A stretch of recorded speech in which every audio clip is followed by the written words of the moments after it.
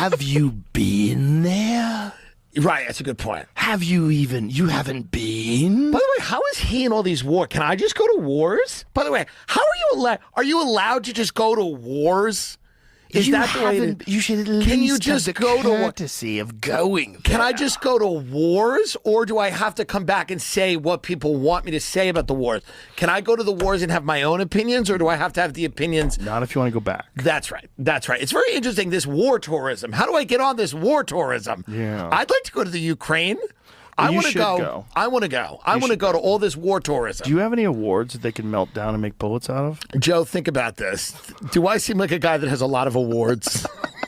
Didn't you get one of those YouTube plaques when you hit 100,000? I don't even know where they send it. I don't know where. I don't know where they're sending those YouTube plaques. We've got a few of those. But I like this idea of war tourism. I like the idea of going to a war and then coming back, having a very black and white view. Yes, I've been there. I get it, and I know, and interesting. Okay, I like that. Yeah. I like that. I love that. You feel better than the other people. Well, of course, there's a lot of people. It gets very murky. Most people I know that have been to war have a very murky, complex view of things.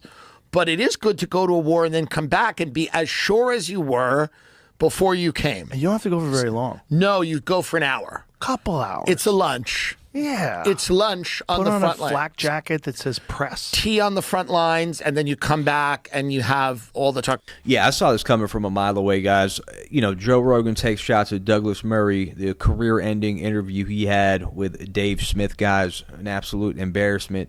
You know, he makes a claim in the interview which everybody was like, what? You know, like everybody was questioning where his logic was coming from. So he says you have to travel to Gaza and the Ukraine and all these places and actually see the conditions people are living in there to be able to make a comment or have an opinion about what's actually going on there.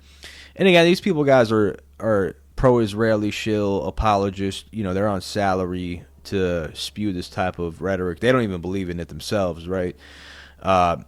And I equate that to like somebody coming to California and seeing, you know, the weather and the beautiful big buildings and the, you know, they're on Sunset Boulevard and not knowing the fact that the majority of Californians are struggling financially. There's a poverty crisis. There's people can't afford rent.